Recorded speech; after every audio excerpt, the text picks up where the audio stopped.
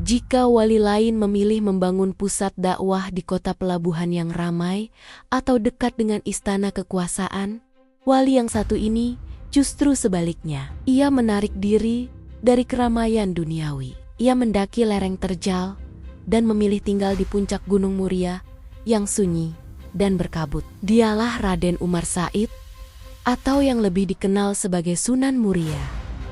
Pilihan tempat tinggal ini bukan tanpa alasan. Gunung Muria yang terletak di utara kota Kudus menjadi pos strategis untuk mengawasi penyebaran Islam di wilayah pedalaman.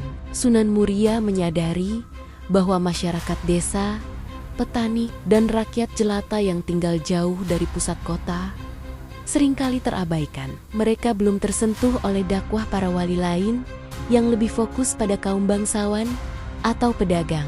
Maka Sunan Muria hadir untuk mereka.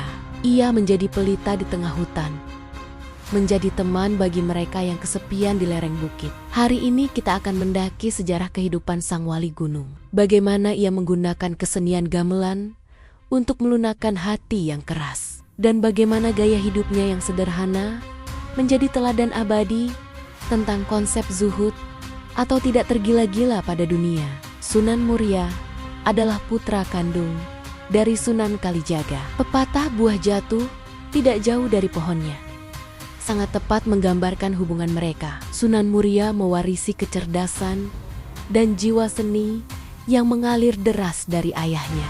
Namun, ada perbedaan gaya yang mencolok. Jika Sunan Kalijaga berdakwah dengan gaya yang nyentrik, keliling dari satu tempat ke tempat lain, dan masuk ke lingkaran istana, Sunan Muria memilih gaya yang lebih tenang dan menetap. Ia mengadopsi metode dakwah ayahnya yang akomodatif terhadap budaya lokal, namun ia membawanya ke level yang lebih intim. Ia bergaul erat dengan rakyat kecil. Ia ikut melaut bersama nelayan Jepara.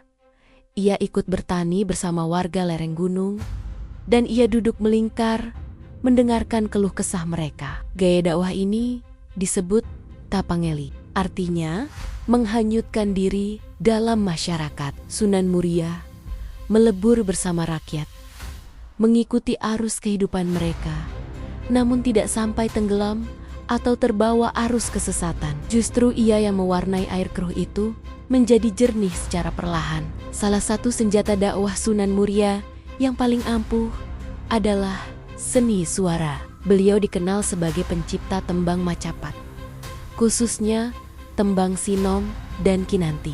Tembang Sinom memiliki watak yang renyah dan gembira. Biasanya berisi nasihat untuk anak muda agar menuntut ilmu dan menjaga pergaulan.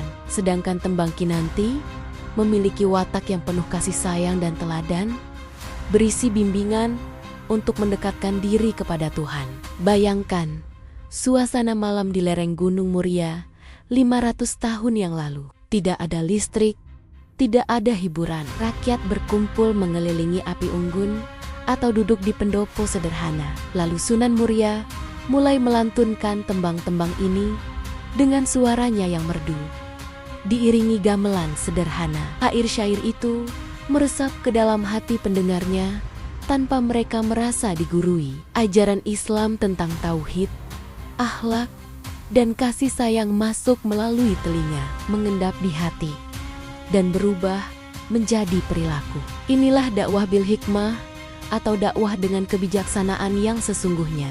Meskipun tinggal jauh di puncak gunung, pengaruh Sunan Muria sangat diperhitungkan oleh para petinggi Kesultanan Demak.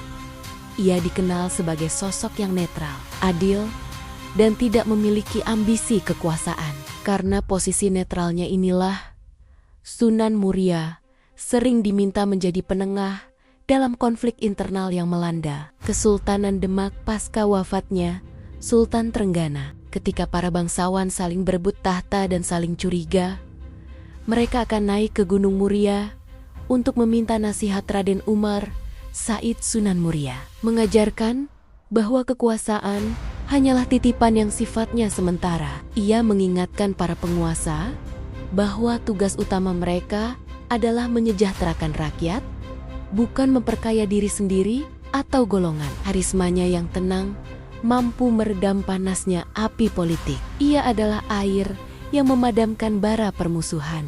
Di hadapan Sunan Muria, para jenderal perang dan adipati yang garang akan menunduk malu, teringat akan hakikat hidup yang sebenarnya. Ada satu legenda populer yang menunjukkan sisi ketegasan dan keadilan Sunan Muria, yaitu kisah maling kapa dan maling gentiri.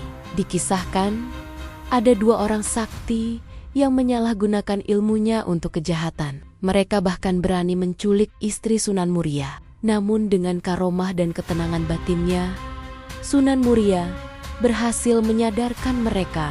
Kisah ini, terlepas dari bumbu legendanya, menyiratkan pesan bahwa Sunan Muria sangat tegas dalam melindungi kehormatan keluarga dan menegakkan hukum.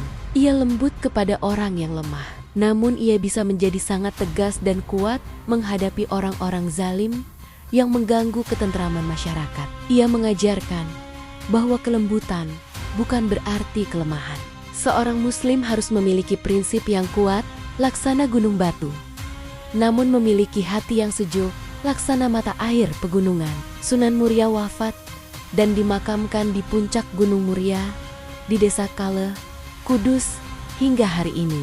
Makamnya adalah salah satu yang tersulit untuk dijangkau karena peziarah harus mendaki ribuan anak tangga. Namun, kesulitan itu tidak menyurutkan niat ribuan orang yang datang setiap hari. Perjalanan mendaki tangga itu seolah menjadi simbol perjalanan spiritual atau suluk, bahwa untuk mencapai derajat yang tinggi di sisi Tuhan, manusia harus mau bersusah payah mendaki, melawan hawa nafsu, dan tidak mudah menyerah. Di sekitar makamnya tumbuh pohon parijoto dan pakis haji yang dipercaya memiliki khasiat obat. Ini menjadi simbol bahwa kehadiran Sunan Muria selalu membawa kesembuhan dan manfaat bagi lingkungan sekitarnya. Bahkan setelah ia tiada, Sunan Muria mengajarkan kita untuk menjadi manusia yang bermanfaat dimanapun kita berada, entah itu di kota yang ramai atau di desa yang sunyi. Ia mengajarkan kesederhanaan di tengah godaan kemewahan dunia. Perjalanan Sri Wali Songo, kita tinggal menyisakan dua nama besar. Kita sudah menjelajahi hampir seluruh pantai utara Jawa. Namun, ada satu sosok yang menjadi penutup dari Dewan Para Wali. Sosok yang makamnya terpisah sendirian di Jawa Barat, di sebuah bukit yang bernama Gunung Sembung. Tunggu sebentar, Sunan Gunung Jati sudah kita bahas di episode 4. Berarti kita masih memiliki hutang pembahasan tentang sosok wali yang merupakan putra dari Sunan Gunung Jati sendiri, yang melanjutkan dakwah di tanah Banten. Atau mungkin kita terlewat membahas sang pimpinan militer yang gagah berani di Semarang. Ternyata kita melupakan satu nama yang sangat penting. Sosok yang menjadi ayah dari Sunan Giri. Sosok ulama besar dari Pasai yang pertama kali menanamkan Islam di tanah Belambangan sebelum diusir. Di episode selanjutnya, kita akan membahas Syekh Maulana Ishak, mata rantai yang hilang dalam silsilah Wali Songo. Pastikan Anda sudah menekan tombol berlangganan.